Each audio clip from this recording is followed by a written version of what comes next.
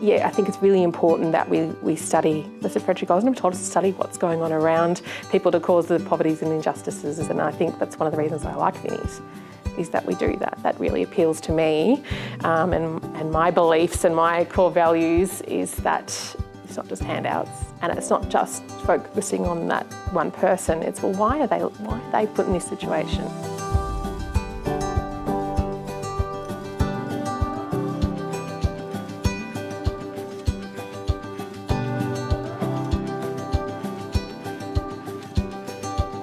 I got it started in Year 7 at a college conference. I think it was probably the next year, in Year 8, so it would be 96, that I became a bit more actively involved. And that was simple stuff, you know, soup can drives. I think we had a casual clothes day, and raising awareness in the school about social justice and social welfare issues. That's how I got started. Then in Year 11, there was a camp run by Vinnie's, which we don't do anymore.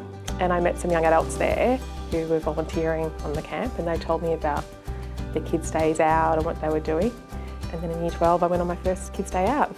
I think because Anita gets the mission of society and she's so passionate about it, that passion brings joy, and that joy is just something that other people want to be involved in. Like, you know, when there's so many like stresses and other things going on, but when you can see Anita, that she does everything with joy, how do you not want to like be involved in that and want to be part of something? That's where I've really seen her mentor so many other young people, is because they just want to be part of something that they can see her get so much value out of. She's passionate, she loves what she's doing, and she just has a way of getting other people to come on board. I was involved in the young adult conference that I had encountered in Year 12, but that one was folding. A lot of people were older, moving on to jobs. And then I had a conversation with Rowan Smith about restarting the conference, and he said, well, actually, you live in an area where we're looking to start a conference. And so I ended up starting a conference for Bill Bennett's, well, was Bennett's at the time, and started that conference up. And then I kind of got asked to state youth team, and that took me to Roadshow. So it's always this constant evolution.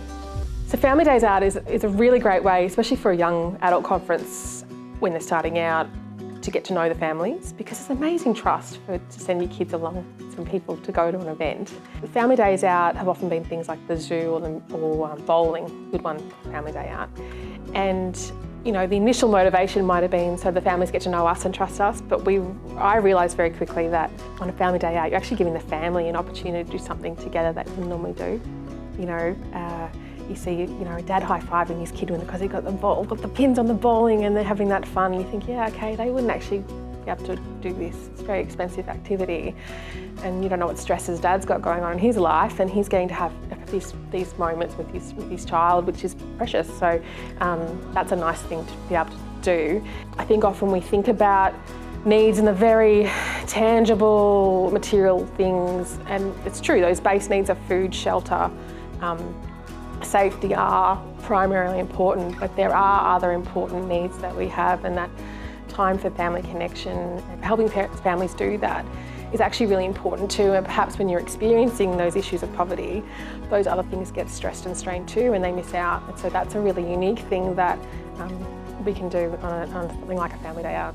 She's like the Sister Rosalie inspiring the next generation of Fredericks, because she's like, you know, talking about, you know, it's not enough just to run the kids' day out, but it's about the relationships, you know, that you form. And so it's more than just about, you know, handing out, you know, welfare to people. She gets to society at the deeper level. We don't always like to be challenged, or, you know, I think currently we have this social media world where we live in our bubble, and we like something, what we like keeps getting fed to us, and we start thinking like that. So Frederick Osnam got challenged by a fellow university student. Show me your works. What are you doing about it? And I think that that's a really relevant message now, because I don't think we do well as a collective at the moment with the challenge in conversation, or the difficult conversation, or having someone have different ideas to us. It's okay that we don't all agree, and that's a good thing, and that's how things can grow. That's how we can look at ourselves and go, actually, maybe I need to do more, or this needs to change. That's how we analyse what we do. in community and society. So I like that story of this young, smart uni guy. Oi, show me your works, what are you doing? I've heard people say things like, oh, you're the future of the society, and I'd always, oh, you know, we're there now. We're still got to go recruit the future of the society. I'd love to see that this perceived imaginary gap of young Vinnies and everyone else disappear. It's just all Vinnies, just in different ways.